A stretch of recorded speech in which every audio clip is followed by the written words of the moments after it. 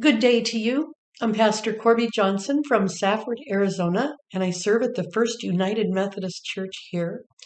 Today we're looking at Proverbs 28, verse 15, and it's Thursday, December 9th. Like a roaring lion or a charging bear is a wicked ruler over helpless people. Like a roaring lion or a charging bear is a wicked ruler over helpless people.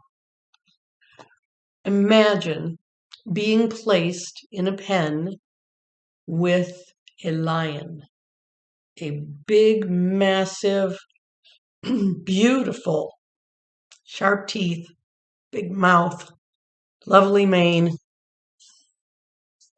roaring. Imagine being put near something like that.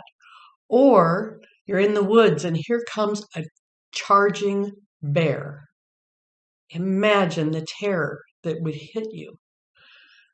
Our scripture is like a roaring lion or a charging bear is a wicked ruler over helpless people.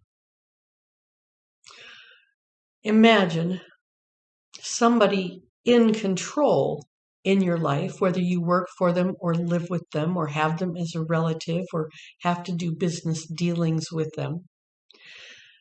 And that person tends to lead with fear, getting things done because people are so afraid that they might make a mistake or they might forget to do something. This person doesn't usually ask politely or offer any help.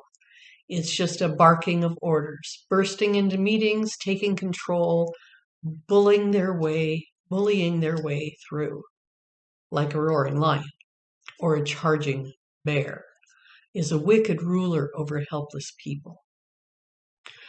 Well, as an activity, I wonder if you would take a look at business tactics that you've seen. Can you identify this type of person? Have you dealt with someone like that before that's trying to control you or the employees by bullying or by roaring, getting their way? This is usually quite a controlling person, and you can see it throughout their lives, in their spouse and in their children. And in business associates, when the person comes in the room, everything might get quiet or a little twitchy and uncomfortable. You're waiting for that roar. You're waiting for something to happen. And so it gives you kind of an uneasy feeling, never knowing if you're doing a good job because it always seems like there's a problem. Have you worked with people like this before? Have you had an instructor or someone who tried to teach by humiliation? How'd that go? How'd that feel for you? Could you hardly wait until that was over? Maybe for a day, or maybe it was a semester or 6 months or even a year.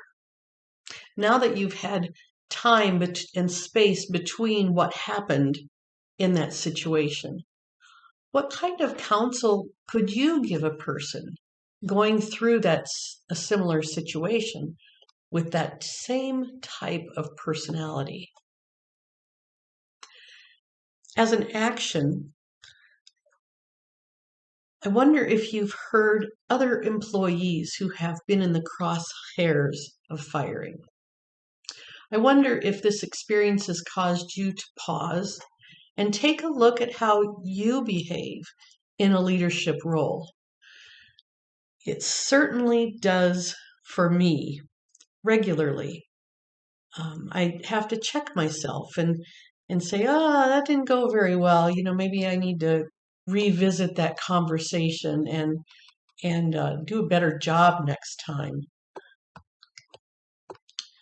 How has it taught you to respond in stressful times. Maybe you had a deadline to meet and you were working with several different people. And in order to make that deadline, everyone had to pull their weight. Can you handle that with grace and with calm and not let the roaring lion out? I sure hope so. Thank you for joining me today, and we will see you tomorrow. Bye-bye.